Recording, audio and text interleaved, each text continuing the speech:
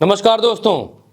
भारतीय लोकतंत्र के इतिहास में ये पहली बार अब होने जा रहा है कि मोदी जी का ही बल्ला होगा, मोदी जी का ही गेंद होगा, मोदी जी का ही बॉल होगा, मोदी जी का ही ग्राउंड होगा, मोदी जी का ही एम्पायर होगा, मोदी जी का ही गेंद फेंकने वाला होगा, मोदी जी का ही फील्डिंग करने वाला होगा और मोदी जी ही खेलने वाले होंगे।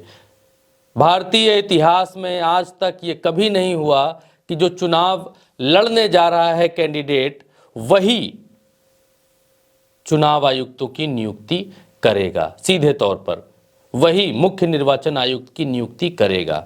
प्रधानमंत्री नरेंद्र मोदी जी ने इस बार चुनाव में जाने से पहले संसद में एक बिल पारित किया था, पेश किया था और उसको कानून बना दिया था। उसमें यह था कि चुनाव आयुक्त और चुनाव आयुक्तों की नियुक्ति मोदी जी और उनके एक मंत्री साहब मिलकर कर देंगे।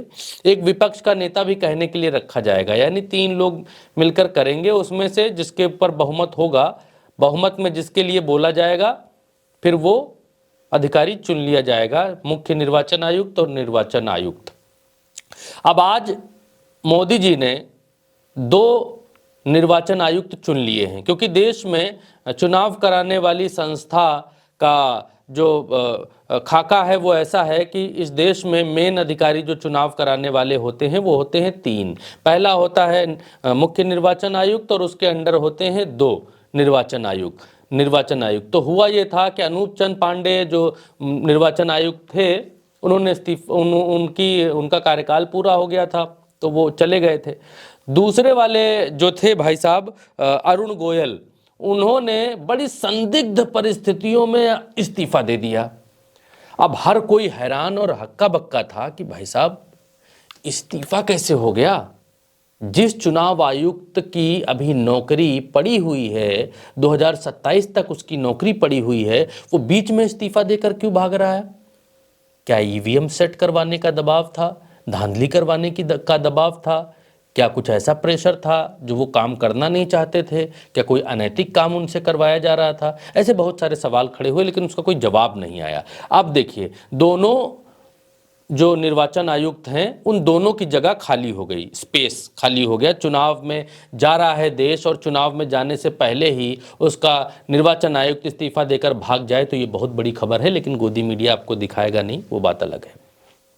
आप जब निर्वाचन आयुक्त साहब चले गए, दोनों पद खाली हो गए, तो फिर आता है अब नरेंद्र मोदी जी का, मतलब जब घर में कोई नई नई साइकिल खरीद कर आदमी लाता है या मोटरसाइकिल या कार लाता है, तो फिर चलाने के लिए पहली बार कहीं मंदिर में तीर्थ पे जाता है या फिर उसको एक बार चेक करने के लिए या खुशी मनाने के लिए, एक बार टेस्ट करने के लिए वो परिवार को लेकर जो है मंदिर तक जाता है या कहीं तक जाता है। या फिर पहली नई नई कोई चीज़ आती है, जूता लेकर आता है, आदमी पहन कर देखता है एक बार है कैसा कैसा नहीं। तो मोदी जी ने किया ये कि संसद में कानून तो बना लिया कि अब हम ही जो है मुख्य निर्वाचन आयुक्त और निर्वाचन आयुक्तों को पोस्टिंग करेंगे, उनको नौकरी देंगे, उनको नौकरी देने वाले, रोजगार देने वाले हम ही बनेंगे। तो फिर उसका टेस्ट जो है, पहला टेस्ट मोदी जी ने आज कर लिया। उन्होंने विपक्ष के नेता को बुलाया, विपक्ष के नेता को जो है लिस्ट दी 212 लोगों की, बताया कि भैया अधीर रंजन को कि 212 लोग ये हैं, इनमें से हम चुनेंगे, चुनकर बताओ। तो अब मसला यह है कि 3 ही लोग चुनेंगे, इस निर्वाचन आयुक्त को 3 ही लोग चुनेंगे। 3 लोग में से 2 लोगों का बहुमत जिधर होगा वो चुन लिया जाएगा। और मोदी जी ने, देखिए कितने बड़े कलाकार हैं मोदी जी ने एक तो खुद का नाम रखा है चुनने में, सामने वाले को, निर्वाचन आयुक्त को चुनने में कमेटी में, और दूसरा रखा है अपना एक केंद्रीय मंत्री, कानून मंत्री। हम 2 हो गए और एक तीसरा जो है विपक्ष का नेता हो गया। अब बहुमत, मोदी जी की बात उनका कानून मंत्री टाल देगा क्या? जो मोदी जी कहेंगे वही कानून मंत्री कहेगा। तो आज का सबसे बड़ा मजाक यह है कि सर्वसम्मति से इस देश के 2 चुनाव आयुक्तों को चुन लिया गया है और उन दो चुनाव आयुक्तों के नाम हैं, पहला ज्ञानेश कुमार जी हैं, ये केरला से आते हैं, और दूसरे पंजाब से आते हैं, उनका नाम है सुखबीर संधू। अब ज्ञानेश कुमार कौन है? ज्ञानेश कुमार अभी कुछ दिन पहले ही रिटायर हुए हैं सहकारिता मंत्रालय से, और इनके बारे में जो जानकारी हमने निकाली है, ये अमित शाह के अंडर काम कर चुके हैं, अमित शाह के अंडर काफी समय तक काम कर चुके हैं। और ये जो ज्ञानेश कुमार जी हैं, सहकारिता मंत्रालय के सचिव पद से रिटायर हुए हैं। ये मंत्रालय या ज्ञानेश ने मंत्रालय के गठन के समय से लेकर अब तक काम किया है। सहकारिता मंत्रालय गृह मंत्री अमित शाह के अंतर्गत आता है। इससे पहले ज्ञानेश कुमार गृह मंत्रालय में कश्मीर डिवीजन के ज्वाइंट सेक्रेटरी थे। उनके समय ही धारा 370 हटाई गई थी। ज्ञानेश कुमार ने जम्मू कश्मीर को केंद्र शासित प्रदेश में बदलने में महत्वपूर्ण भूमिका निभाई थी। गृह मंत्रालय के साथ काम करते हुए उनकी जम्मू कश्मीर पुनर्गठन विधेयक की तैयारी में भी सक्रिय भूमिका निभाई, और गृह मंत्रालय में ज्ञानेश पदोन्नत होकर एडिशनल सेक्रेटरी भी बने थे। 1988 बैच के केरल काडर के आईएएस अफसर थे। अब ज्ञानेश कुमार जी की उपलब्धि हमने आपको बता दी कि वो अंडर में किसके थे? अमित शाह जी के। बड़ा अच्छा अमित शाह जी के साथ काम उन्होंने अब तक किया, तो अब मुख्य निर्वाचन आयुक्त बनकर बहुत अच्छा काम करेंगे, इसकी उम्मीद तो भारतीय जनता पार्टी को भी है और आपको भी। आप उम्मीद लगा लीजिए कितना अच्छा काम करेंगे। सुखबीर संधू भी नरेंद्र मोदी जी के बड़े प्यारे दुलारे बताए जाते हैं। तो इन दो लोगों को अब चुन लिया गया है, समझ रहे हैं दोस्तों, चुन लिया गया है। बड़ी पारदर्शिता से इन दो लोगों को अब चुनाव आयुक्त बना दिया है। अब ये बड़े पारदर्शी तरीके से चुनाव लड़वाएंगे, इस देश में 2024 का इलेक्शन करवाएंगे। मुख्य निर्वाचन आयुक्त के बारे में बताने की बहुत ज्यादा जरूरत आप लोगों को है नहीं। इससे पहले जो है अधीर रंजन चौधरी को बुलाया गया था, क्योंकि जो कानून पास किया था मोदी जी ने उसमें एक विपक्ष का नेता रहना आवश्यक था। तो अधीर रंजन चौधरी बड़े बेचैन हो गए जब ये नाम पारित हो गए, जब ये नाम मोदी जी ने अनाउंस कर दिए।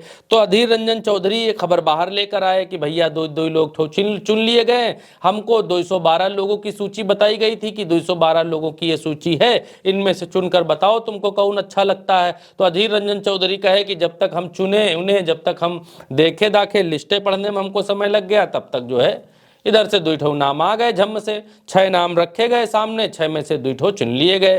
तो अब कितनी पारदर्शी तरीके से इस देश में चुनाव आयुक्तों का चुनाव हो चुका है और कितनी पारदर्शी तरीके से ये चुनाव आयुक्त अब 2024 का चुनाव लड़ाएंगे। इसीलिए मैंने शुरू में आपसे कहा था कि बल्ला भी मोदी जी का, गेंद भी मोदी जी की, मैदान भी मोदी जी का, पिच भी मोदी जी की, स्टंप भी मोदी जी के, और फील्डर भी मोदी जी के, गेंद फेंकने वाला भी मोदी जी का, पूरी की पूरी उनकी 12 लोगों की टीम मोदी जी की, और जो फील्डिंग कर रहे हैं, पद्दी कर रहे हैं, उनकी भी 12 लोगों की टीम मोदी जी की। अब सब कुछ जब मोदी जी का, तो जीतेगा कौन? कमेंट में बताइए नीचे। अच्छा, एक मसला और था।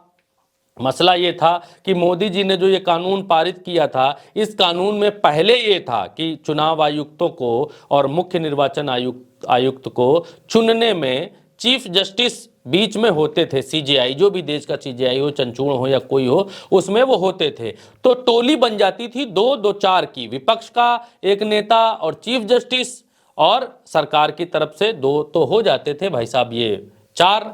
तो 4 में 3 जिधर रहते थे वही चुना जाता था। लेकिन अब यहां मोदी जी ने कर लिए अपनी तरफ से 2 और विपक्ष में रख दिया 1, तो एक चिल्लाता रहे जितना चिल्लाना है। इसी बात को लेकर प्रशांत भूषण ने एडीआर जो संस्था है उसकी तरफ से सुप्रीम कोर्ट में एक रिट डाल दी। बोले गुरु, ये तो आंख में धूल झोंकना है, और आंख में धूल झोंकना भी इसको नहीं कहेंगे, ये तो दीदे निकाल कर जो है रेत में घुसेड़ देना हो गया। कि भाई जब आप ही 3 लोगों के जरिए आप चुनाव आयुक्त को चुन रहे हैं, और चुनाव आयुक्त चुनाव करवाएगा और आप उसमें लड़ेंगे, तो फिर आप ही जिसको चुनेंगे वही आपके चुनाव में आपको चुनकर भेजने में आपको आसानी नहीं करवाएगा। वो आपके खिलाफ आपका सपोर्ट नहीं करेगा। तो करेगा, आपने नौकरी दी है तो करना पड़ेगा उसको। क्या वो बेईमानी नहीं करवा सकता है आपके पक्ष में? तो इसकी संभावनाएं तो ज्यादा हैं कि आपने ही चुना है। तो प्रशांत भूषण ने सुप्रीम कोर्ट में याचिका डाल दी। अब ये याचिका डाल दी, उधर से जो है सीजेआई चंद्रचूड़ जी का मैसेज आया कि ठीक है जी, हम जो है इस पर सुनवाई करेंगे। बात तो आपकी ठीक है, इस पर सुनवाई होगी, 15 तारीख है कल हम सुनवाई करेंगे इसके ऊपर। अब सुनवाई करने से पहले ही आज यानी 14 तारीख को मोदी जी ने निर्वाचन आयुक्तों की घोषणा कर दी है। अब इस सुनवाई में क्या होगा? क्या चंद्रचूड़ इन दोनों नियुक्तियों को रद्द करेंगे?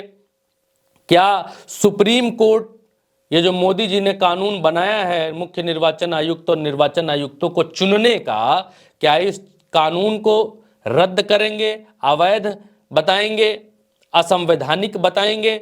जैसे अभी कुछ दिन पहले इलेक्टोरल बॉन्ड वाले मसले को असंवैधानिक बताया, चोर दरवाजा बताया, भ्रष्टाचार का तरीका बताया। क्या उसी तरीके से देश में 2024 से पहले जो चुनाव होने वाले हैं, चुनावों में तो मोदी जी बाद में जा रहे हैं, फील्डिंग पहले से सेट है, एकदम टकाटक, सारा आदमी हमारा, कोई चिंता की बात नहीं है। तो क्या अब सुप्रीम कोर्ट इस फैसले को पलटेगा?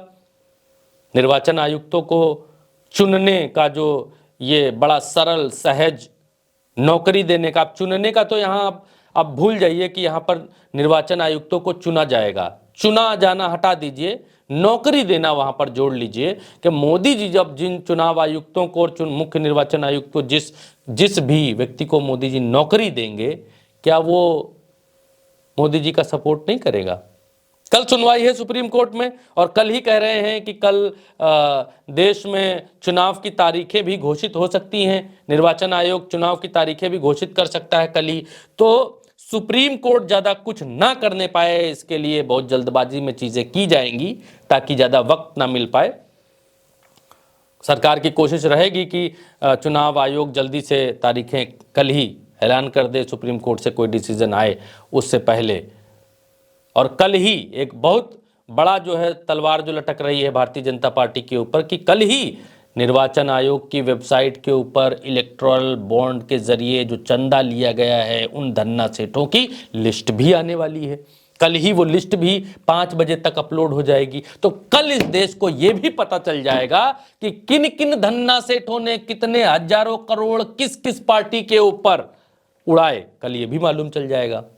तो कल का इंतजार बड़ा बेसब्री से है इस देश की जनता को। कल बहुत बड़ा दिन है इस देश के लिए, इस देश के संविधान के लिए, इस देश की निर्वाचन प्रक्रिया के लिए। तो कल का इंतजार करते हैं। इस वीडियो में अभी इतना ही। इजाजत दीजिए मुझे यानी भरत यादव को। नमस्कार।